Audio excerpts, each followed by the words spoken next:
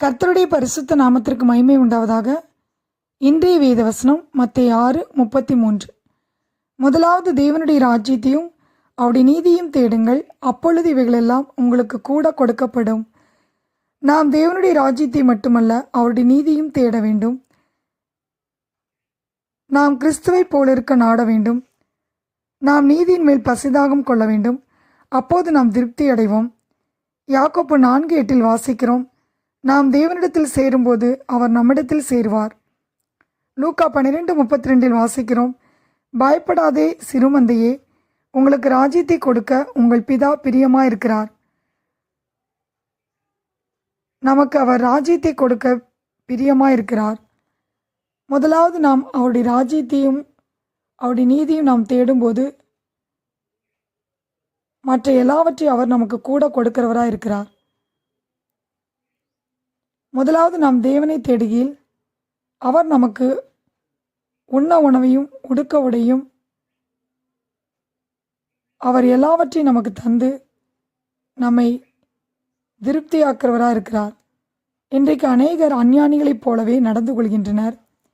எண்ணத்தை உண்போம், எண்ணத்தை குடிப்போம், எண்ணத்தை உடுப்போம் என்று கவலைப்படுகின்றனர். அவர்கள் முதலாவது தேவனை தேடுவதற்கு பதிலாக இவைகளையே முதலாவதாக தேடுகிறார்கள்.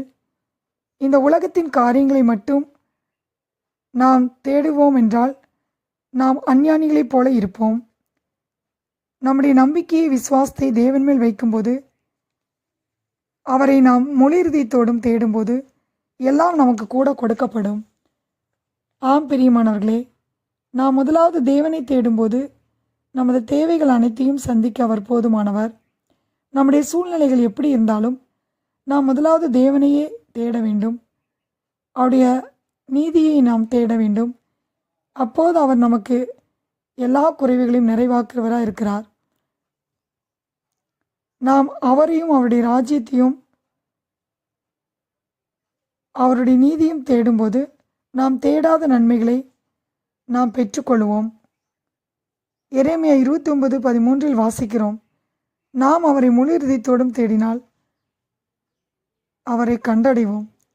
ஆம் பிரியமானவர்களே, நாம் தேவைக்காக மட்டும் அவரை தேடாதபடி தேவனுடைய ராஜ்யத்துக்காகவும் அவருடைய நீதிக்காகவும் அவரை தேட வேண்டும். அவரை நாம் விருதாவாக தேடாமல் கருத்தாய் தேட வேண்டும். நம்முடைய வாழ்க்கையில் தேவன் முதலாவதாக இருக்கும்போது மற்றது எல்லாம் கொடுக்கப்படும். எல்லாவற்றுக்கும் மேலாக அவரை தேடும்போது நாம் ஆசீர்வாதங்களை பெற்றுக்கொள்வோம். உலக தேவைகளுக்காக நாம் கவலைப்படாமல் தேவனுடைய சித்தத்திற்கும் அவருடைய நீதிக்கும் முக்கியத்துவம் கொடுக்கும்போது எல்லாம் நமக்கு கூட கொடுக்கப்படும்.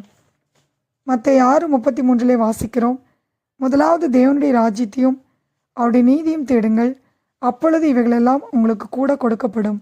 கர்த்தர் தாமே இந்த வார்த்தையை ஆசீர்வதிப்பாராக. ஆமேன்.